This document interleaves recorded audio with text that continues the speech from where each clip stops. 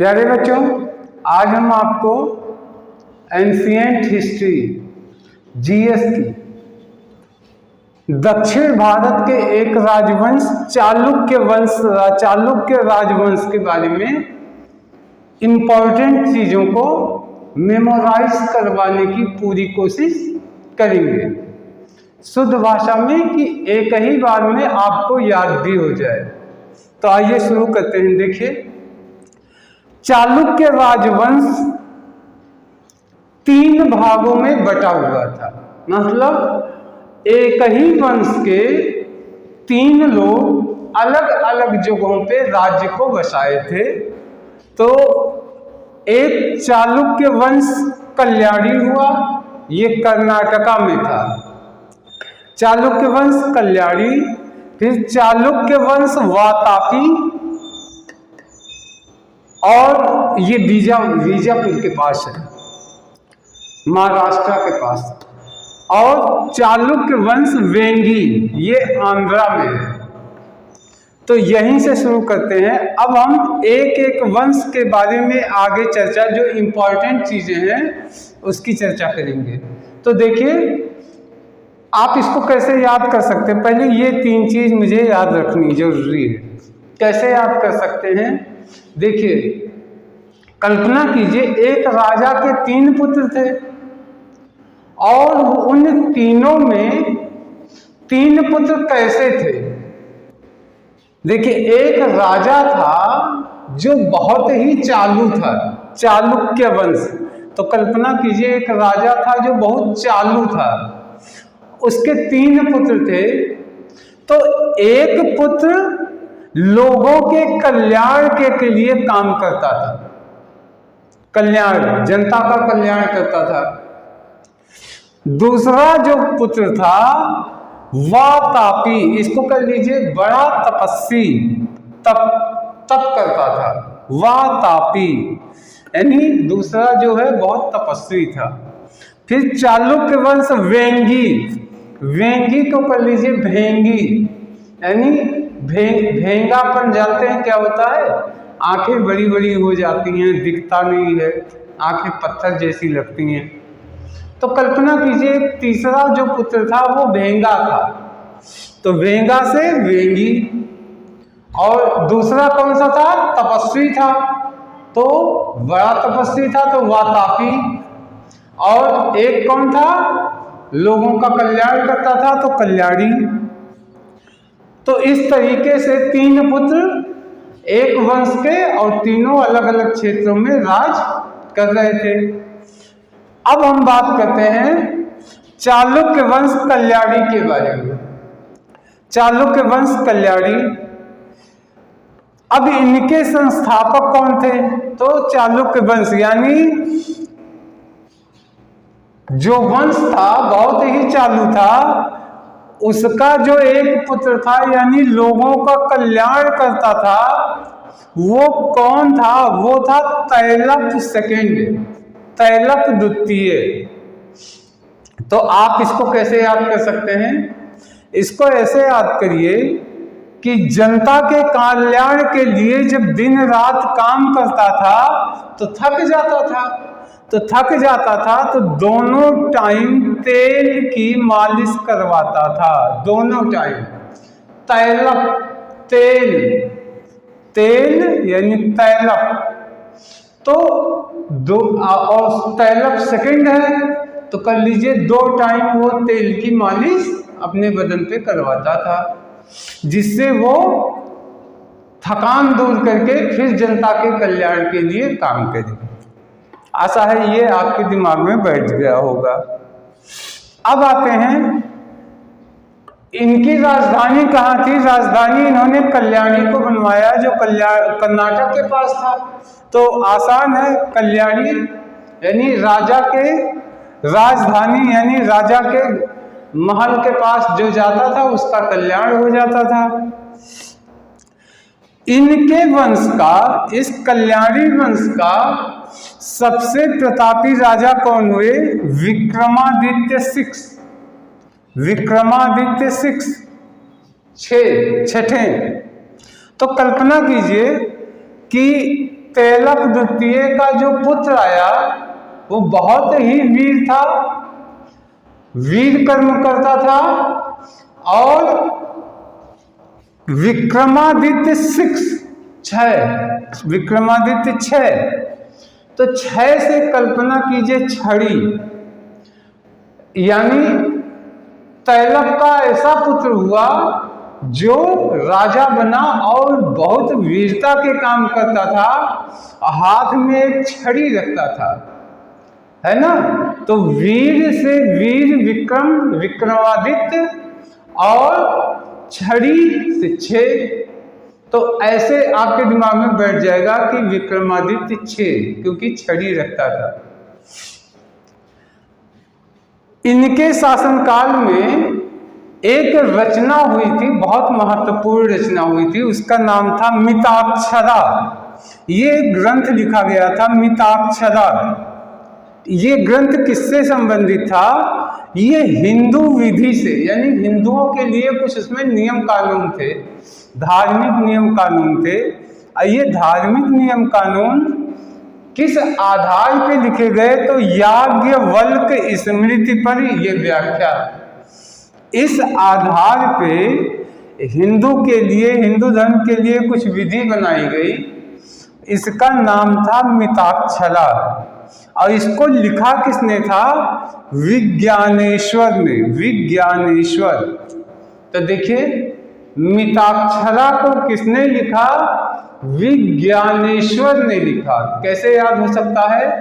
बहुत आसान। देखिए मिताक्षरा, इसमें से मित्र निकाले, मित्र अक्षर, अक्षर। देखिए अक्षर जो है हमारे मित्र हैं, क्योंकि जब बच्चा जन्म लेता है उसके बाद वो जो चीज सीखता वो अक्षर सीखता और वो अक्षर जीवन के अंतिम समय तक, सांस तक रहता है।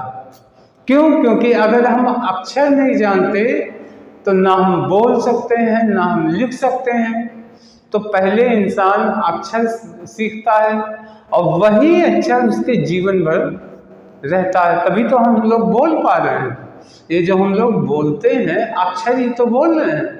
तो इस तरीके से अक्षर ही हमारे मित्र हैं जो जीवन भर साथ रहते हैं। और इन भारतीय अक्षरों का निर्माण किस विधि पे हुआ है? तो विज्ञान की विधि पे हुआ है। विज्ञानेश्वर, विज्ञानेश्वर यानी विज्ञान की नियमों के अनुसार ही इन अक्षरों का निर्माण हुआ। जो हम लोग प्रोनाउंसिएशन करते हैं, आप लोग हिंदी व्याकरण के बारे में जानते होंगे, उसमें ये दिया हुआ है। जो हम लोग आ ई स्वर व्यंजन का जो वो प्रोनाउंस करते हैं वो गले की आवाज़ से जो निकलती हैं, कुछ आवाज़ गले से निकलते हैं, कुछ तालू से निकलती हैं। बहुत डीपली जाइएगा तो पूरा पूरा एक विज्ञान होता है, ये अक्षरों का विज्ञान। तो अक्षरों का विज्ञान यानी मिताक्षर, अक्षर ही हमारे मित्र हैं, तो हो गया मिताक्षरा। और मिताक्षरा किसने लिखा? तो विज्ञानेश्वर ने लिखा, यानी विज्ञान विधि पे था। चालुक्य कल्याणी वंश में इतनी इन्फॉर्मेशन आपके लिए एग्जामिनेशन ओरिएंटेड है, तो आशा है इतना तो याद हो गया होगा। अब हम बात करेंगे चालुक्य वंश के वातापी की। अब आते हैं चालुक्य वंश वातापी, वातापी के बारे में आते हैं। तो इनके संस्थापक कौन थे? जय सिंह थे। इसके संस्थापक जय सिंह।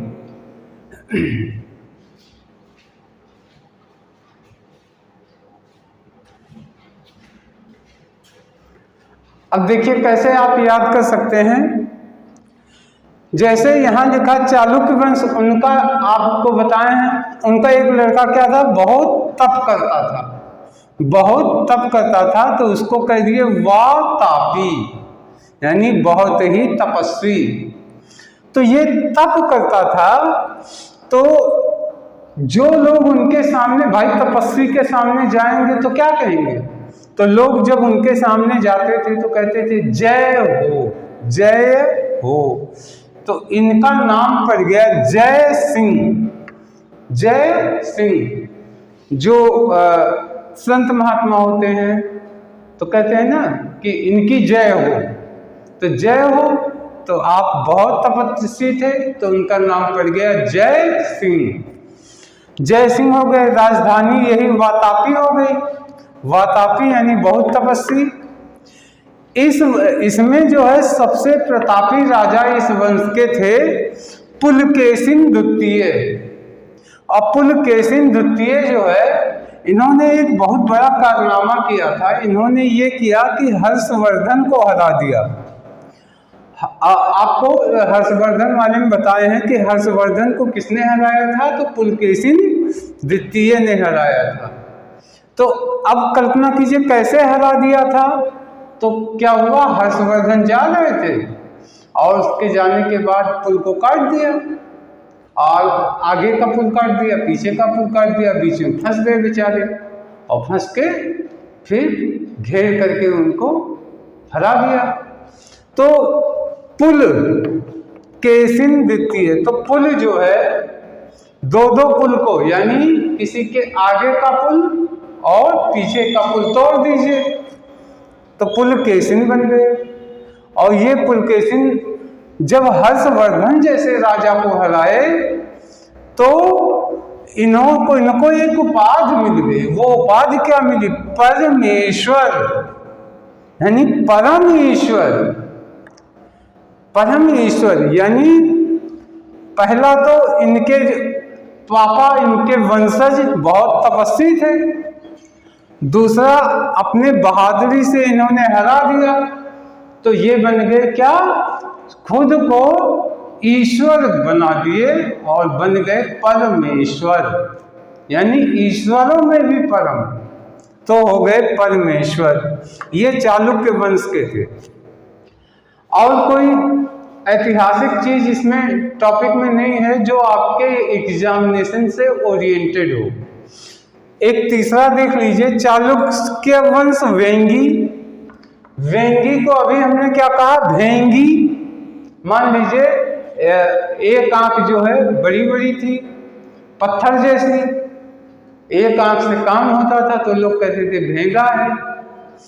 तो इसको कैसे याद कर सकते हैं? देखिए, चालुक्य वंश भेंगी कहेंगे तो वेंगी आ जाएगा।